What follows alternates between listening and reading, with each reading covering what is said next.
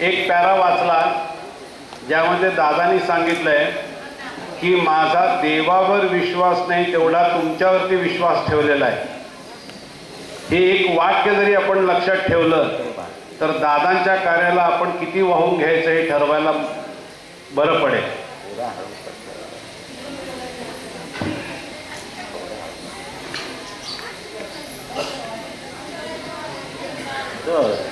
तर आता त्या पॅराच्या नंतर पुढच्या पॅराला वाचायला सुरुवात करतोय.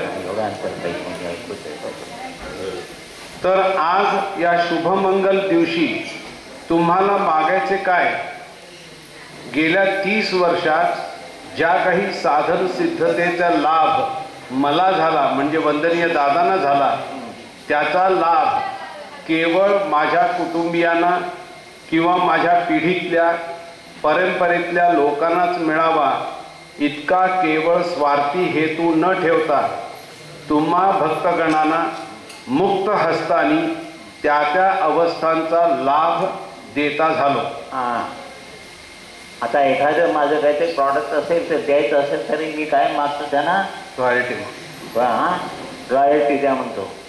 तिथं काय रॉयल्टी दिली आपण म्हणून देव विचार करण्याचं. आणि या जीवनाचा प्रश्न आहे तेव्हा म्हणून परत जातो पॅरा वाचला की तुमच्यावर त्यांनी देवावर नाही तेवढा विश्वास आपल्यावर दाखवला आहे म्हणताना आपण तसोटीने अर्ध्या तासाची साधना करून त्यांच्यासाठी त्यांना आधार म्हणून उभं राहील. त्याचा अनुभव तुम्ही अनुभवते झाला. आता मी देता झालो व तुम्ही अनुभवते झालात म्हटल्यानंतर ही प्रेमाची एक गाठ भेट जी काही झालेली आहे ही तुमच्या अनेक जन्मापर्यंत तशीच राहावी. तुमच्या पिढ्यांच्या वंश परंपरेमध्ये तो जो काही एक ठेवा आहे कृपाशीर्वादाचा तो चिरकाल राहावा आणि तो चिरकाल ठेवण्याची जबाबदारी माझी नसून आपण सर्व भक्तांची आहे.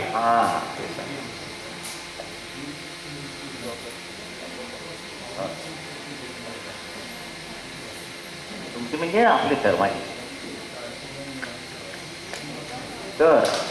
तर अशा जबाबदारीची जाणीव आज गुरुपौर्णिमेच्या दिवशी करून दिली म्हटल्यानंतर त्या जबाबदारीला जबाबदार तुम्ही राहाल असा आत्मविश्वास हा मला आहे. आणि ही तुमची अवस्था तुमच्या ज्ञान अज्ञानाने अन्य विचार अविचाराने अनाठाई खर्च न होता ती जन्मोजन्मी तुमच्या आणि तुमच्या पिढ्यांच्या कल्याणार्थ तुमच्या कुटुंबात जतन व्हावी आणि तशी विचारशक्ती आणि त्याला सांभाळण्याची शक्ती तुम्हाला सद्गुरू माऊलींनी द्यावी अशी त्यांच्या चरणी प्रार्थना करतो. तेव्हा वंदनीय दादांनी महत् प्रयासाने जी अवस्था प्रत्येकाला दिली आहे ती टिकविण्यासाठी अर्ध्या तासाची ओंकार साधना व प्रार्थना ही करावयाचीच आहे. प्रार्थनेला 5 मिनिटं लागतात आणि पाठ झाल्यानंतर आपण म्हणू शकतो पण डोळे बंद करून लक्ष ठेवून म्हणायची. काम करत असताना हे भगवंत नाण्यामध्ये फोन आलं का बेल वाजली का दूध वाजायला का असं नाही. एक प्रार्थना म्हणायची पण त्यावेळेला बेल वाजली तर चालेल. आणि वंदनीय दादांनी आपल्याला काय दिले आहे हे समजून अनुभवण्यासाठी पुढील गोष्ट आता आपण वाचणार आहोत. आपण सर्वजण एक अडीअडचण निवारणार्थ या गुरुमार्गाकडे आलो. आपले प्रश्न हे ऐहिकच होते. ऐहिकच म्हणजे काय? जाताना मरताना हित सोडून द्यायची म्हणजे काही उपयोग नाही.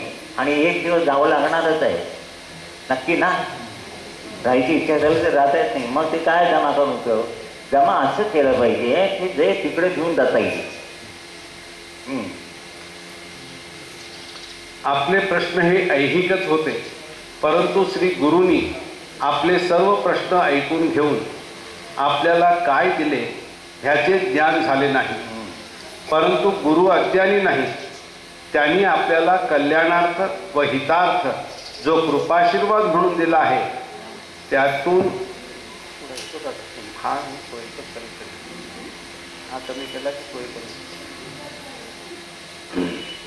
त्यातून आपले ऐहिक व पारमार्थिक कल्याण होऊन जीवन सार्थकी लागणार आहे.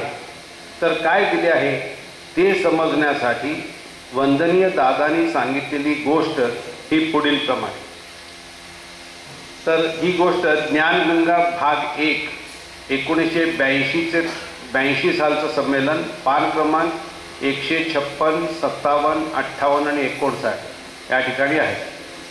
आज जसे तुम्ही गुरुमार्गी झालेले आहात तसे एका गावामध्ये एका व्यक्तीला असे वाटले की या प्राप्त जन्मामध्ये आपण हे जीवन सत्कारणी लावावे. त्याला कोणीतरी सांगितले की अमुक एक व्यक्ती म्हणून अमुक एका गावात राहते, त्या व्यक्तीला जाऊन तू भेट. हा त्यांच्या भेटीला गेल्यानंतर त्याने त्या सत्पुरुषांना सांगितले की अमुक व्हावे तमुक व्हावे, म्हणजे तोफेच्या गोळ्या मारल्यासारखे, हे पाहिजे ते पाहिजे. सत्पुरुषांना माहीत असते की तोफेच्या गोळ्या संपल्या की तो थांबतो. ते म्हणाले, झाले का तुझे सांगून? आपण सुद्धा अडचणीमध्ये 100 गोष्टी सांगितल्या, अमुक होतंय तमुक होतंय तमुक होतंय अमुक होतंय. ते एक क्षुल्लक कारण होतं. तर मग पुढे काय सांगतात बघा, ते तुला जे काही द्यायचे आहे ते मी तुला नकळत देईन, तू फक्त सेवा करीत राहा. अशी 12 वर्षे गेली. याला वाटले 12 वर्षे झाली तरी अजून काहीही आपल्याला गुरुनी प्राप्त करून दिले नाही. देतो असे सांगितले होते. एक दिवस त्या सत्पुरुषांनी त्याला सांगितले की उद्या सकाळी नदीवर जाऊन स्नान करून ये. तुला जे काही द्यायचे आहे ते उद्या सकाळी देईल, पण एकच गोष्ट करायची की जे काही मी दिले असेल ते घरी तू पोहोचेस्तोवर उघडायचे नाही, बघायचं नाही.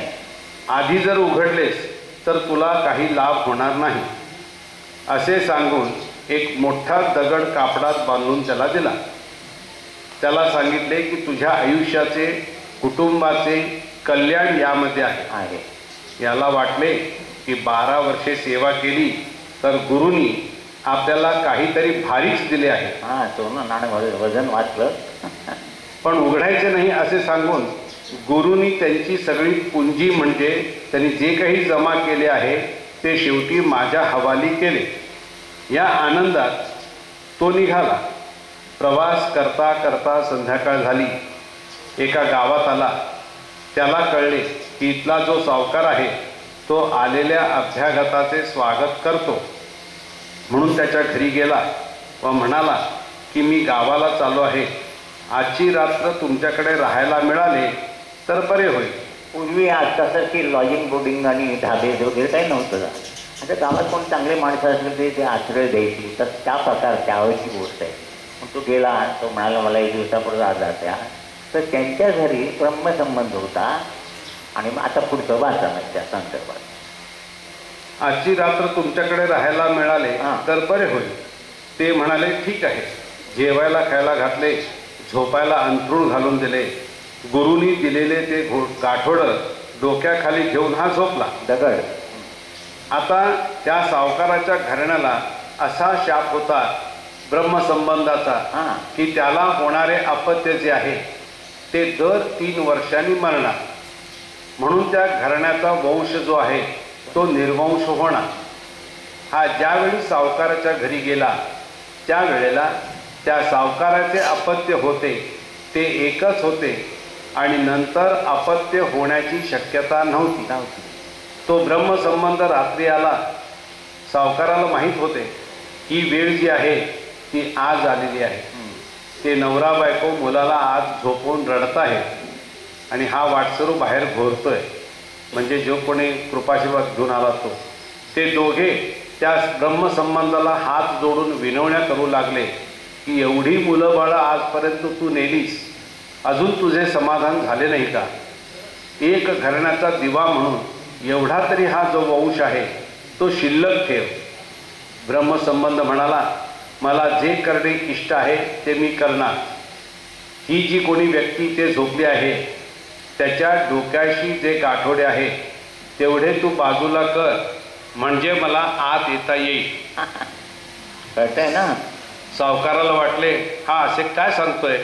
नंतर सावकाराने नीट बघितले, तो माणूस डोक्याखाली गाठोडे घेऊन झोपला होता. सावकाराने त्या ब्रह्मसंबंधाला सांगितले की तो माणूस माझ्याकडे अतिथी म्हणून आलेला आहे, त्याला जागे करून मी त्रास देणार नाही. त्यावर ब्रह्मसंबंध म्हणाला की ज्या दिवसाची वाट मी अनंत काळापासून पाहत होतो व मी इतरांना पीडा देत होतो आणि पीडा देण्याचा दोष मी जो करीत होतो, त्यातून मुक्त होण्याची संधी जी आहे ती आज आलेली आहे. ते जे गाठोडे आहे ते साधे गाठोडे नाही आहे. एका अलौकिक तत्वाचा आशीर्वाद त्याच्यामध्ये त्याने आणलेला आहे. मी आज त्यामुळे मुक्त होत आहे.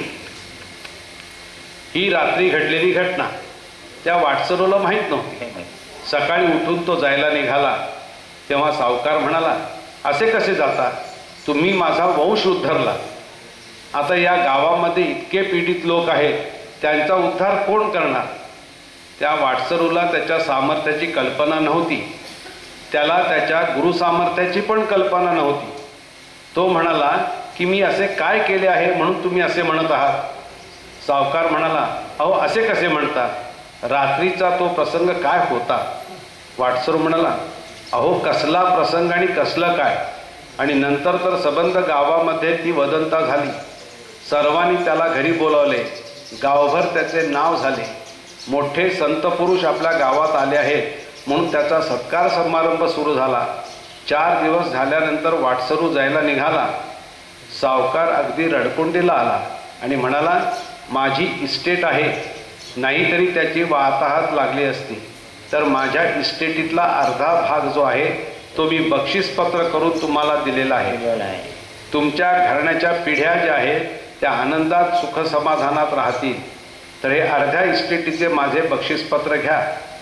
ह्याला हे सर्व बघून व ऐकून आश्चर्य वाटले की हे काय चाललंय. या सर्व गोष्टीची त्याच्याबद्दलची वदंता बाजूच्या गावातही गेली. शेवटी परिस्थिती अशी झाली की त्याचा नावलौकिक सन्मान आणि संपत्ती हे सगळे बघून तो एके दिवशी मध्यरात्री न सांगता निघाला आणि आपल्या घरी गेला. आणि घरी गेल्यावर नंतर त्याने गुरुनी काय दिले आहे ते उघडून पाहिले, तर आतमध्ये एक मोठा धोंडा होता. तेव्हा त्याला कळले की गुरूंचे सामर्थ्य काय आहे. ते गाठोडे तसेच बांधले आणि सरळ परत गुरूंकडे आला व म्हणाला की जन्माला आल्यानंतर ज्या काही मनोकामना होत्या त्या माझ्या अपेक्षेच्या पलीकडे पूर्ण झाल्या. गुरूंनी विचारले की तू परत का आलास. तो म्हणाला की मला ह्यातले आता काहीही नको, मला फक्त तुम्ही पाहिजे. तेव्हा गुरु म्हणाले, हे जर त्यावेळेला म्हणजे तू जेव्हा सुरुवातीला आला होतास तेव्हा तुला सांगितले असते तर त्याचा काही उपयोग नव्हता. तुला जे काही दिले आहे त्याचे सामर्थ्य तू अनुभवलेस, तर आता माझे सामर्थ्य किती हे अनुभवण्यासाठी माझ्याजवळ राहा. अशी आहे ती गुरुची सिद्ध सिद्धांत पद्धत. म्हणजे एका कामामध्ये किती कामे झाली, ह्याच्याही घराण्याचा उद्धार झाला, अनेकांचे कल्याण एका आशीर्वादाने झाले. तर गुरु काय देतील, पण जे देतील तो प्रसाद असतो, तो आपल्याला कळत नाही, म्हणून आपल्याला त्याला साथ देता येत नाही. साध म्हणून आपण दुःखी आहोत. याचा सारांश काय, तर वर सांगितल्याप्रमाणे वंदनीय दादानी प्रतिमा रूपी प्रसाद आम्हा सर्वांना दिलेला आहे. आता दिला आलाय म्हणतो तिथं ठेवून झोपायचं नव्हे. त्याच्यातली शक्ती प्राप्त करून घेण्यासाठी अर्ध्या तासाची साधना करायची आहे. म्हणजे शक्तीपीठ जे स्थापन केलंय गोव्यात, त्यातली शक्ती प्रतिमांच्या माध्यमातून तुमच्यात येणार आणि तुमचा जीवन विकास होणार. हे दिलेलं हे समजायला पाहिजे. प्रतिमा दिल्या आहेत ना, चला अंतकल्यामुळे साधना करायची नाही. समजलं मला काय म्हणत आहे. त्याचे पूजन आणि अर्ध्या तासाची ओंकार साधना करून त्याला प्रतिसाद देणे व अनुभव घेणे. शेवटी गुरुच पाहिजेत असा अनुभव येईल. म्हणून ते पद आहे, काय वर्णू तुझी कृपा, सद्गुरु शब्द मूक जाहला, सद्गुरु प्रेम मौन गलबला.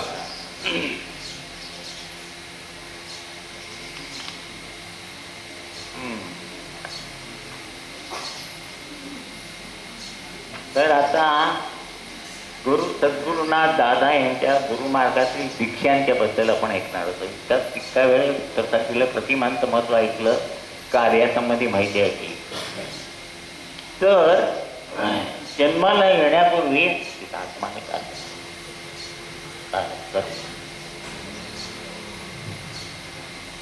जन्माला येण्यापूर्वी मी काय सांगतो नीट आहे का, परलोकामध्ये आत्मा आणि कर्म अशी अवस्था होती.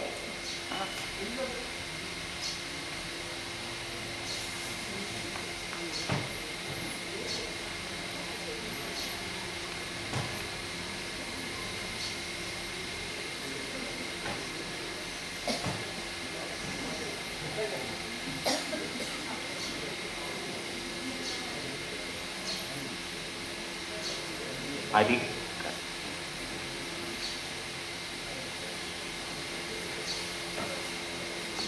आता या आत्म्याला या कर्मातून मुक्त झाल्याशिवाय परमात्म्याशी एकरूप होता येत नाही. मग त्या कर्म ते शून्य कसं करायचं? शून्य करण्यासाठी देह पाहिजे, म्हणून मातृपितृ ऋणानं बंध जोडावा लागला. कारण देह धारण करायला पाहिजे ना मातृपितृ. आता ज्या आई वडिलांच्या पोटी जन्माला घेणार त्यांना पहिली मुलं असली तर ती तिसरे जन्म म्हणून आली. म्हणजे आईची बहीण मावशी झाली, वडिलांचे भाऊ काका झाले, म्हणजे हा वंशवृक्ष वाढला. ऐकायला येतं आता? हा तिसरे जन्म. आणि ज्या घराण्यात जन्माला येऊन तो देवाधिक, म्हणजे हे तीन अगतिक ऋणानुबंध जोडल्याशिवाय त्याला कर्ममुक्त होता येत नाही. आता हे तीन ऋणानुबंध जोडल्यावर टोटल किती 5 झाले? जन्म, जन्मांतर, जन्म, कर्म, मातृपितृ, इतरेजन आणि देवाधिक. असं जीवन चालू झाल्यावर ते अडचणी यायला लागल्या. आता जन्माला येण्यापूर्वी आत्मा अधिक कर्म असे असते, म्हणजे ही परलोकातील अवस्था. ते कर्म शून्य केल्याशिवाय आत्म्याला मुक्तता नाही. आता ते कर्म शून्य करण्यासाठी देह पाहिजे, म्हणून मातृपितृ ऋणानुबंध जोडावा लागला. आई वडील पाहिजेत. या माता पित्यानं जर पहिली काही मुले असतील तर ती इतरेजन म्हणून आली. तसेच आईची बहीण मावशी, आईचा भाऊ मामा, वडिलांचा भाऊ काका, वडिलांची बहीण आत्या, इत्यादी इत्यादी अशी सर्व इतरेजन ऋणानुबंध म्हणून जोडला गेला. आता ज्या घराण्यात जन्म घेतला त्यांचा देवाधिक ऋणानुबंध आला. त्या घराण्याचा देव पाळायचे. अशा तऱ्हेने मातृपितृ, इतरेजन व देवाधिक हे अगतिक ऋणानुबंध जोडावे लागले. म्हणजे मूळ अवस्था आत्मा व कर्म असे होते. आता 3 ऋणानुबंध अगतिक जोडल्यामुळे आत्म्याचा मूळ विषय म्हणजे ऑब्जेक्ट किंवा ध्येय काय होते तर कर्म शून्य करणे. ऑब्जेक्ट मी बघा, तर त्याला जन्माला येण्यापूर्वी त्याचा विषय काय होता? मुक्त व्हायचा, म्हणजे ऑब्जेक्ट. पण तू जन्माला आल्यावरती हे सगळं जग बघितलं आणि ऋणानं बनलं जोडल्यानंतर तो ऑब्जेक्ट जाऊन सब्जेक्ट झाला, विषय. आणि असे विषय वाढत गेल्यानंतर तर पण जीवन आहे ते त्रासदायक झालं, कळलं? मग कर्म शून्य करणे ते बाजूला राहून आता जीवन प्राप्त झाल्यावर ते विषय रूप म्हणजे सब्जेक्ट झाले. म्हणजेच ध्येयापासून लांब जाऊन इतर विषयात गुंतत गेलो. मग या ऋणानुबंध परत्वे अडचणी सुरू झाल्या. जेव्हा यातून त्रास व्हायला लागला तेव्हा अडीअडचणी निवारणार्थ आपण केंद्रावर आलो. तेव्हा आपले जीवन या ऋणानुबंध परत्वे ग्रासलेले होते. त्यातून सोडवणे म्हणजे विमोचन करून मग दीक्षा देणे, याचा अर्थ गुरुशक्तीशी साधनेतून जोडून देणे, म्हणजेच भांडे स्वच्छ करून मग दूध घालणे, नाहीतर दूध नासते.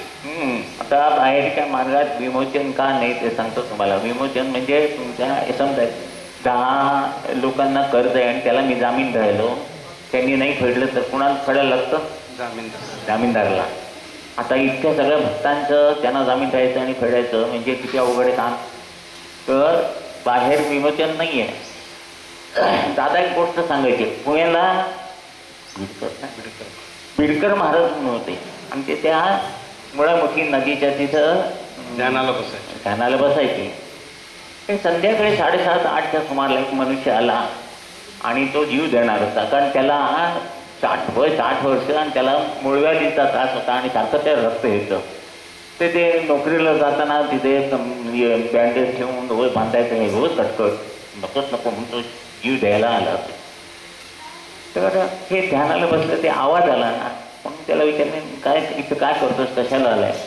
तर मला असं मला मूळव्याधीचा त्रास आहे म्हणून मला कंटाळा आला, मी जीव देणार आहे.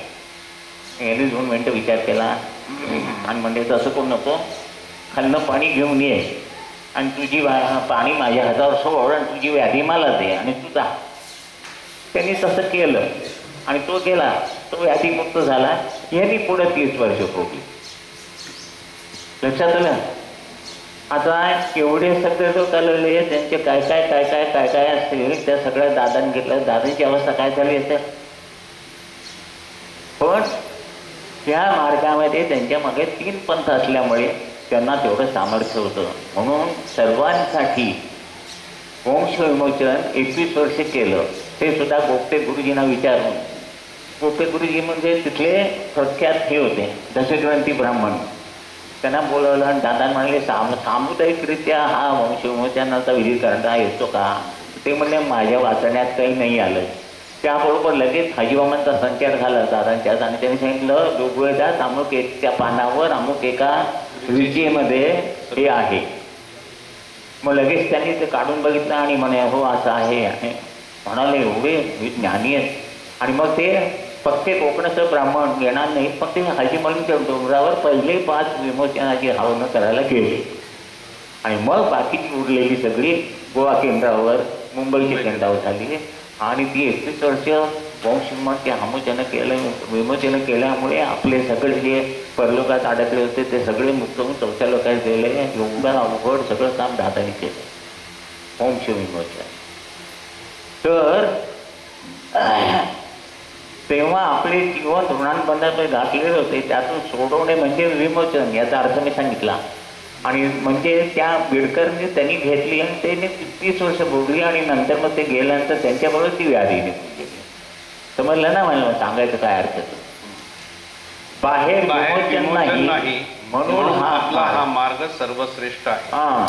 ही 3 विमोचने म्हणजे कर्म, वंश आणि ऋण व 5 दीक्षा आणि 6वी महाकरण अवस्था आणि निराकरण आणि निवारण हे सर्व इथे म्हणजे औदुंबरच्या सेवेत सिद्ध केले.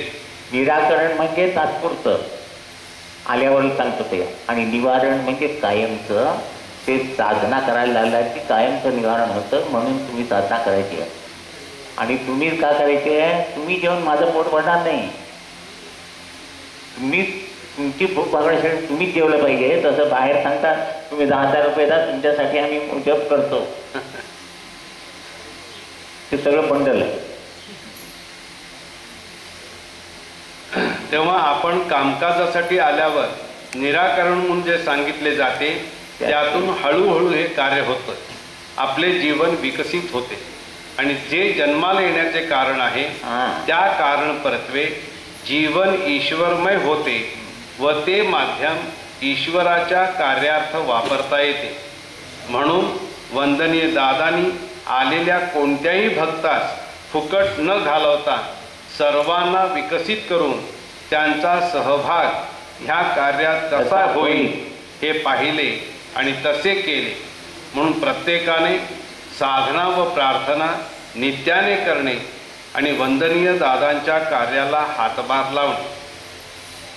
या संदर्भात पुढे वंदनीय दादांनी प्रत्येकाचे विमोचन करून दीक्षा दिल्या याबद्दलची माहिती आता आपण पुढे करून घेणार आहोत. विमोचन म्हणजे नको असलेले दोष काढणे आणि त्या रिकाम्या जागेमध्ये गुरूंची शक्ती म्हणजे दीक्षा. सोपं आहे, तिथं द्यायचं त्या रिकाम्या. आणि मग विकास म्हणून सांगितलं ते 5 पाकळ्याचं फूल, हे 5 पाकळ्याचं फूल आहे, पण ह्या 2 पाकळ्यात उमलले आहेत, अन्नमय प्राणमय, ह्या 3 बंद आहेत, त्यात 5वी उमलल्या ती वास येणार. जी शक्ती दीक्षा माध्यमातून तुम्ही संचित केली त्यातील ऐहिक विषय हे जर त्या शक्तीतून बाहेर काढले नाही तर ऐहिक विषय जे आहे ते अटॅच टू मटेरियल वर्ल्ड असल्याने फोर्स ऑफ ग्रॅव्हिटीकडे जाण्याचा त्यांचा स्वाभाविक धर्म आहे.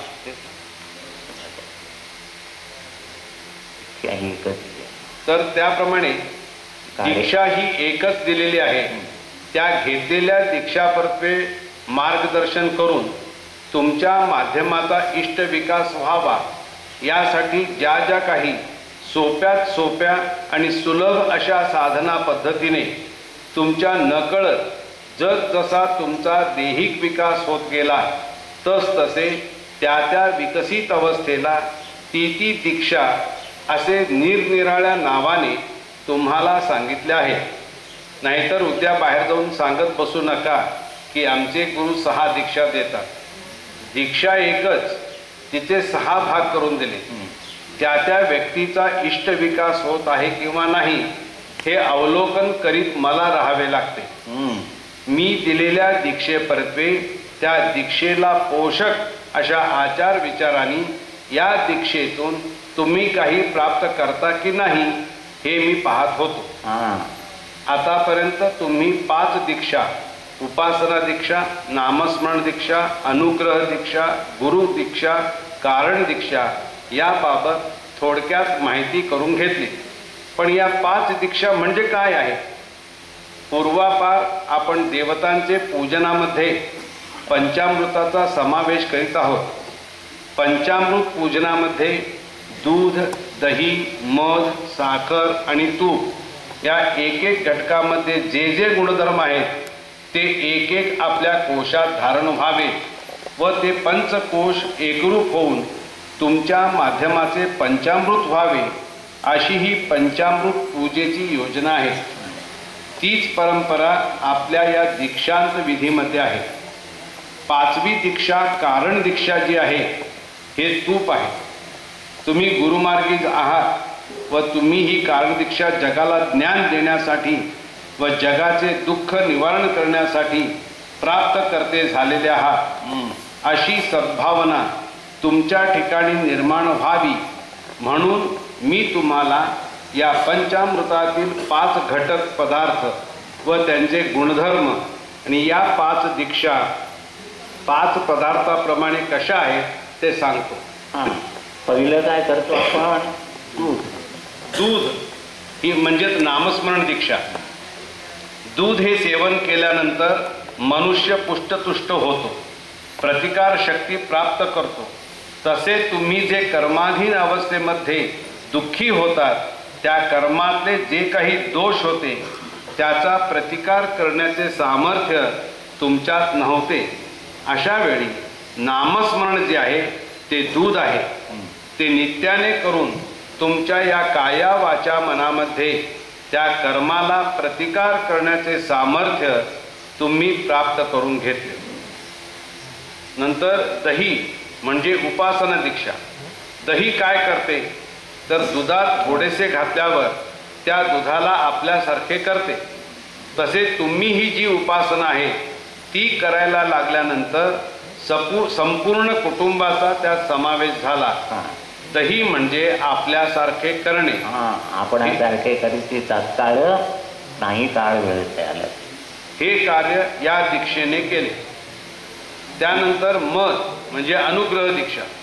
आपण गुरूंची भेट झाल्यावर त्यांच्यावर निष्ठा ठेवून त्यांनी दिलेल्या निराकरणाचे आस्थेने पालन करून जीवनाबद्दलचे ज्ञान करून घेत कुठपर्यंत पोहोचलो तर महाकरण अवस्थेपर्यंत पोहोचलो. तुमच्यासारखाच सर्वसामान्य म्हणून जन्माला आलेला मी म्हणजे दादा जन्माला आल्यानंतर जीवनाचे सार्थक कोणत्या मार्गाने होणार हा एकच नितध्यास लागून शेवटपर्यंत त्या मार्गाचा अवलंब करीत तुमच्यापर्यंत पोहोचलो. त्यावेळी मी एकटाच होतो. पुढे तुम्ही सर्वजण भेटला. या दीक्षेने प्रोसेस काय झाली? मी प्राप्त केलेली सिद्धता जी आहे ती प्राप्त करण्यासाठी मला कष्ट पडले. तुम्हाला कोणत्याही प्रकारचे कष्ट न पडता तुम्हाला ते प्राप्त झाले आहे. 4 साखर म्हणजेच गुरुदीक्षा. साखर काय करते? आपल्यात असलेली गोडी सानिध्यात येणाऱ्या पदार्थाला प्राप्त करून देते. तुम्ही तुमच्या अडीअडचणी निवारण करून घेऊन सुख शांती समाधानाची प्राप्ती करते होता. त्याच कृपाशीर्वादाचा लाभ तुमच्या सानिध्यात येणाऱ्या तुमच्या आप्त इष्ट व्यक्तींना मित्रांना व्हावा व त्यासाठी त्यांनाही सुख शांती समाधानाचा लाभ व्हावा म्हणून त्यांना या मार्गाबद्दल सांगते झालं. नंतर शेवटचं तूप म्हणजेच कारण दीक्षा.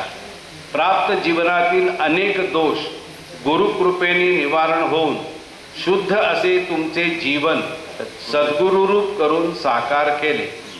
आता तुमच्या या देहिक माध्यमाची कारण दीक्षेपरत्वे प्राप्त झालेली जी अवस्था आहे हे तूप आहे.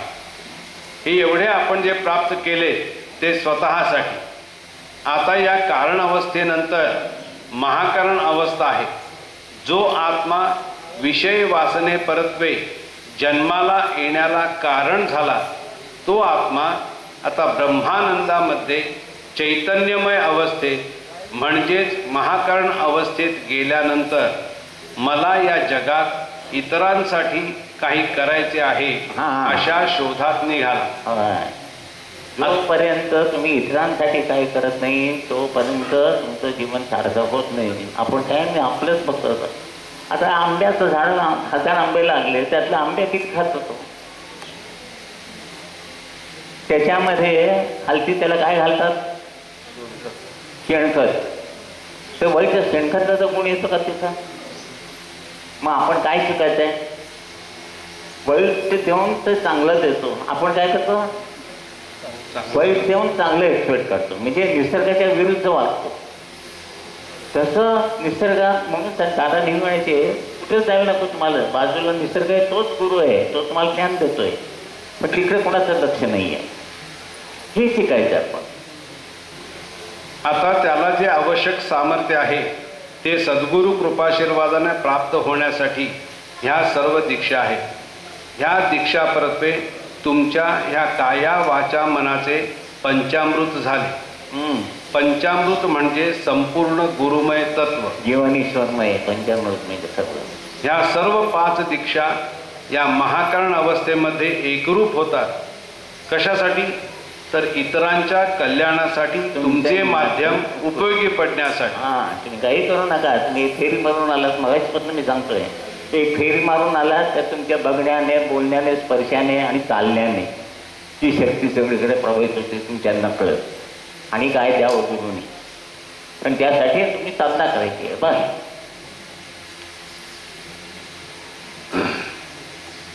तर इतरांच्या कल्याणासाठी तुमचे माध्यम उपयोगी पडण्यासाठी केवळ आपल्या चरितार्थासाठी किंवा आपल्याला सुख शांती समाधानात जगायचे आहे अशा विषय परत्वे त्या अवस्थेचा दुरुपयोग होऊ नये ही तुमची जबाबदारी आहे. पंचामृत पूजन हा विधी केवळ औपचार म्हणून इतकी वर्षे तुम्ही करीत होतात. परंतु आता हेच पंचामृत पूजन गुरुनी तुमच्यासाठी केवळ औपचार म्हणून नव्हे तर उपचार म्हणून करून दिले आहे. आता औपचार आणि उपचार म्हणजे काय? औपचार म्हणजे सगळी तयारी करताना स्वयंपाकाची आणि मग स्वयंपाक करतो आणि झाल्यावर बघत असतो का? मग काय करतो? उपचार म्हणजे केर काढणे, गंधू काढणे, पूजा करणे हा सगळा औपचार झाला. नंतर मग जो आशीर्वाद दुधातून देव देतो तो आपण घेऊन आपला विकास झाला म्हणजे उपचार झाला आपला. औपचार आणि उपचार. तसाच विधी गुरुकृपाशीर्वादाने आम्हा भक्तांच्या कल्याणार्थ श्री सद्गुरूंनी 5 दीक्षांत विधी परत्वे आमच्या जीवनाचेच पंचामृत व्हावे म्हणून तो उपचार केला आहे. म्हणजे जीवनाचेच पंचामृत म्हणजे जीवन ईश्वरमय झाले. तो देव इतरांना आपल्या गुणातून दाखवतो. म्हणजे चांगले गुण म्हणजे दया क्षमा शांती तेथे देवाची वस्ती. तुमचं दया दया दया क्षमा करणे, दया म्हणजे दया येण्यासारखं बोलणे, शांतता राखणे, तिथं देवाची वस्ती. दया क्षमा शांती असं जीवन व्हायला पाहिजे. म्हणजे देवाला जे जन्माला घातलं ते कर्तव्य पूर्ण करायचं आहे. जीवन ईश्वरमय करणे. गुरुमार्गात कसे आहे तर पुढची दीक्षा जी आहे ती धारण करायला तुम्ही पात्र झालात म्हणजे मागची दीक्षा सिद्ध झाली. अशा 5ही दीक्षा देऊन तुमचे पंचकोशात्मक शरीर पूर्णतः विकसित केले म्हणजे पूर्णतः चैतन्यमय केले. तुमचे जे 5 कोश आहेत त्यांना जर हे दीक्षांत विधी प्राप्त झाले नसते तर त्या कोशांचा जो गुणधर्म आहे त्या गुणधर्म परत्वे तुम्ही तुमचे जीवन व्यतीत करू शकला नसता. अशा ह्या 5 कोशांच्या गुणधर्म परत्वे 5 विषयांनी तुम्ही जीवन व्यतीत करता. आता 5 दीक्षा परत्वे 5 कोशांचे एकरूपत्व जे आहे ते चैतन्यामध्ये एकरूप करायचे म्हणजे जीवनाचा कारण हा विषय उदित होतो. आता कारण अवस्था हे तूप म्हणून सांगितले, त्यात वात पाहिजे. तर वात म्हणजे आत्मा आणि त्याला प्रज्वलित करणार गुरुकृपाशीर्वाद अशी ती प्रोसेस आहे. आता चैतन्य म्हणजे काय आणि चेतना म्हणजे काय? सूर्य म्हणजे चैतन्य. त्या सूर्यापासून खाली वाळू तापते की नाही, सूर्यामुळे वाळू तापून त्यात गरम झाली म्हणजे ती चेतना. तसं आत्मा आहे तो सूर्यासकाळची चैतन्य आहे. त्याच्यातून जी शक्ती मिळते चेतना म्हणून देहाला चलन वलन. बरोबर. गुरुनी दीक्षांत विधी परत्वे ती गुरुशक्ती एका वेळी एकदम धारण करून दिली नाही तर हळूहळू तुमची जसजशी प्रगती होत गेली तसतशी ती गुरुशक्ती प्रगती परत्वे धारण होत गेली. तेव्हा तुमची दैनंदिन उपासनेने जशी प्रगती होत गेली तशी ही गुरुशक्ती तुमच्यामध्ये संक्रमित होत गेली. आता ती संक्रमित कशी झाली तर तुम्हाला एक एक दीक्षा देते वेळी तुमच्या देहिक माध्यमाच्या भोवती एक एक वलय तयार केले. तुमची जशी प्रगती होत गेली तसे ते वलय तुमच्यामध्ये धारण होत गेले.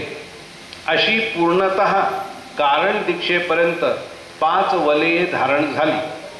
तुमचा देह हा पंचमहाभूत तत्वात्मक आहे म्हणून तुम्हाला पहिल्यांदा पंचमहाभूत तत्वाच्या दीक्षा दिल्याशिवाय पुढील दीक्षा देता येत नाही.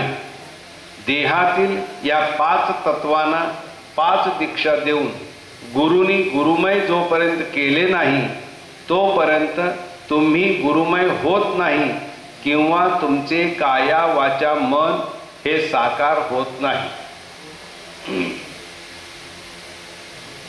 आता पंचमहाभूत तत्व कोणती तर पृथ्वी आप तेज वायू आणि आकाश आहे.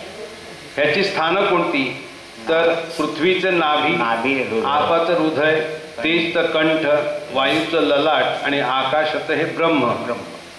तर 5 कोश अन्नमय, प्राणमय, मनोमय, विज्ञानमय आणि आनंदमय.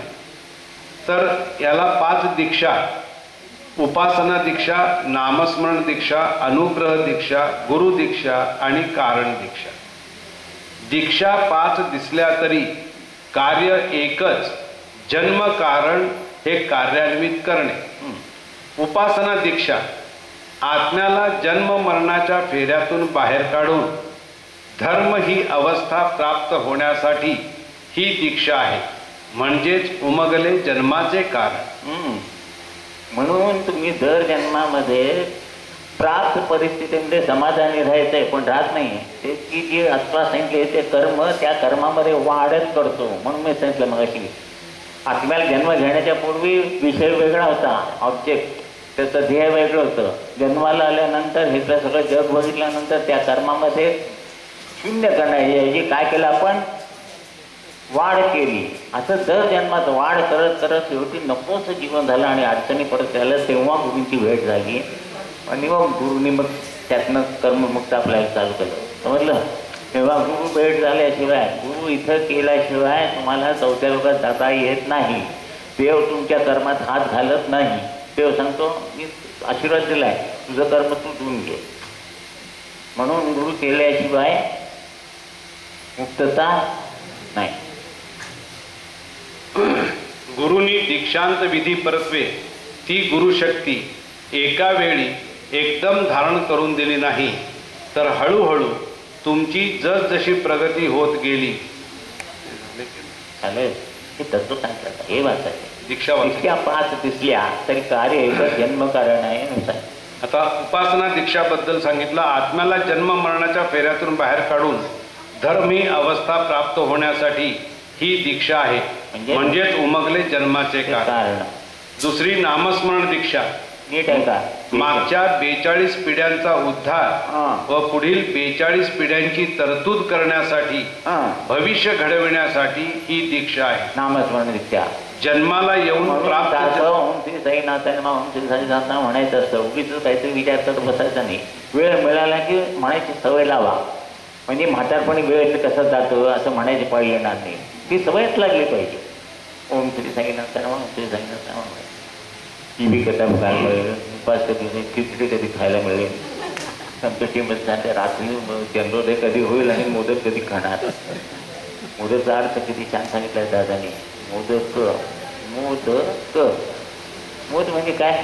आनंद. हां, तुम्ही साधना करून गुरुच्या कृपाशनाने हे 5 कोश विकसित झालं की असा मोदकासारखा आकार होतो आणि तुमची ज्ञानमय अवस्था होती. आधी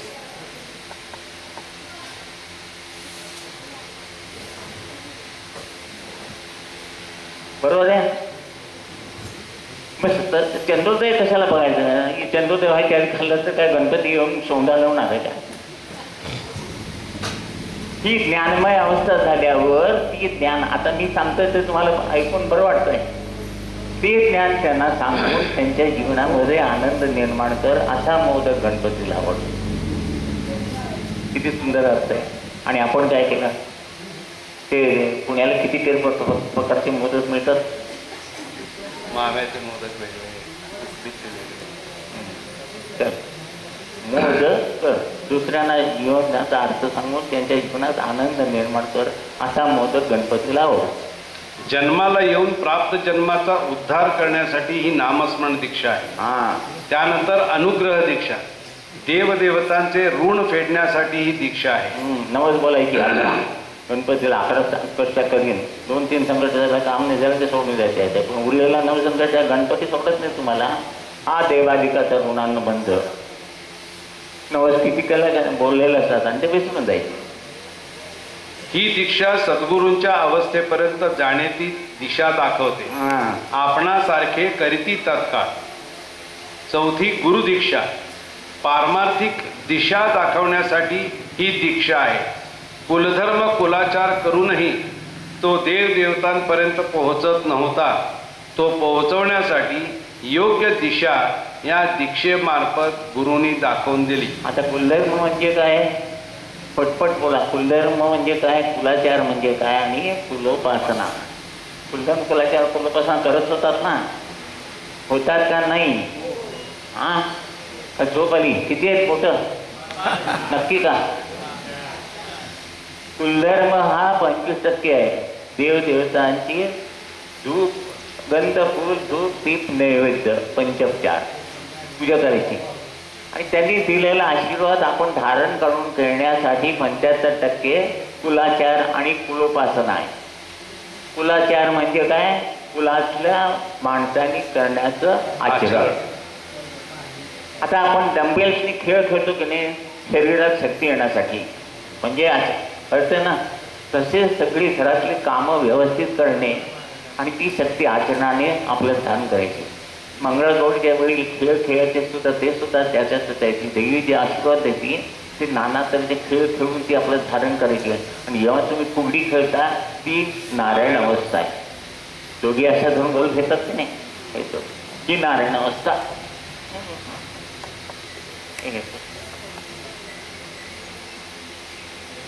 हे दोघे इथं घेतात आणि हे असे सगळे गोल फेकतात. पण आजकाल कोण खेळ खेळतच नाही.